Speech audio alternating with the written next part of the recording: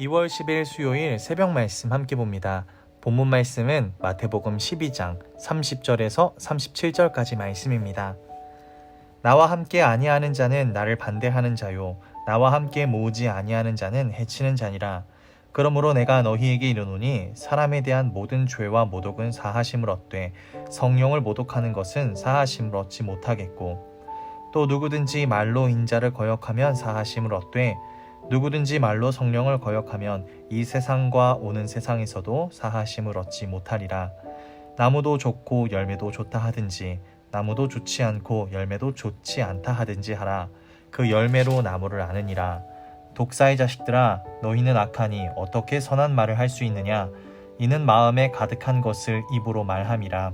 선한 사람은 그 쌓은 선에서 선한 것을 내고 악한 사람은 그 쌓은 악에서 악한 것을 내느니라.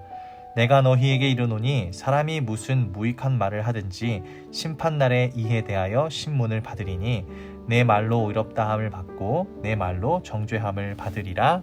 아멘. 입술의 열매라는 제목으로 말씀 함께 나눕니다. 바리새인들은 예수님이 하시는 사역에 계속적으로 적대감을 드러냈습니다. 그들은 예수님이 보이신 선한 행실을 비난하고 그분의 권위에 도절하는 자들이었습니다.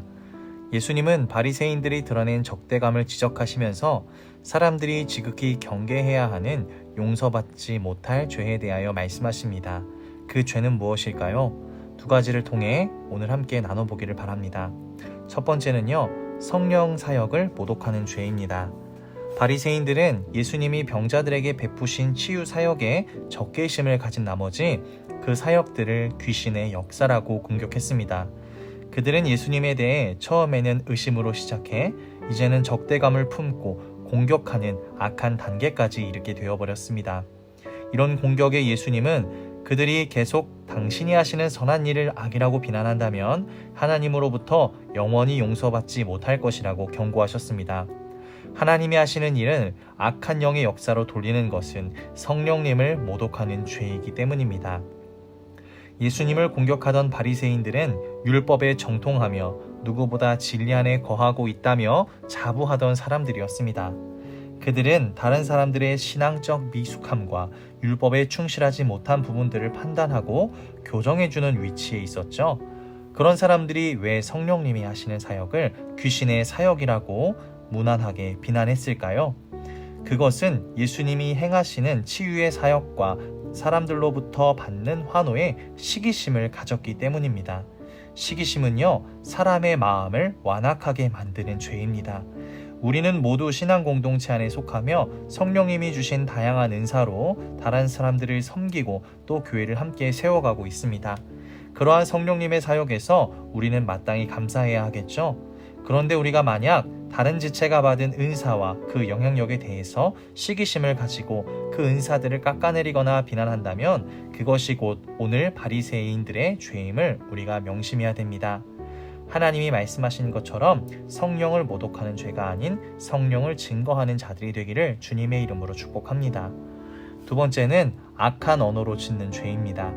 사람들이 가장 부주의하게 많이 짓는 죄악 중에 하나는요, 말로 범하는 죄입니다. 말은 단순히 입에서 나오는 소리 이상의 의미를 가지고 있습니다. 그것은 말한 사람의 마음 상태와 인격을 모두 증거한다는 겁니다. 이것을 잘 알고 계셨던 예수님은 바리새인들의 언어 속에서 그들의 악한 본성을 보셨습니다. 그래서 그들의 말이 결국 그들을 심판하는 기준이 될 것이라고 경고하신 것입니다. 그렇다면 어떤 말들이 심판의 대상이 되는 것일까요?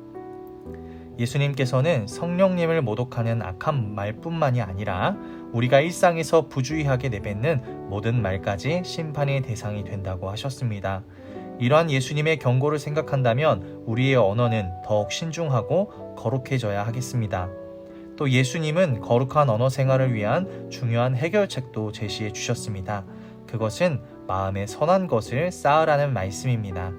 마음이 하나님의 선하신 말씀으로 채워지고 또 생각이 그 말씀에 따라 사랑과 소망과 믿음을 구체적으로 실천하려고 한다면, 그 마음으로 가득한다면 우리의 언어도 자연스럽게 변할 것이라 말씀하십니다.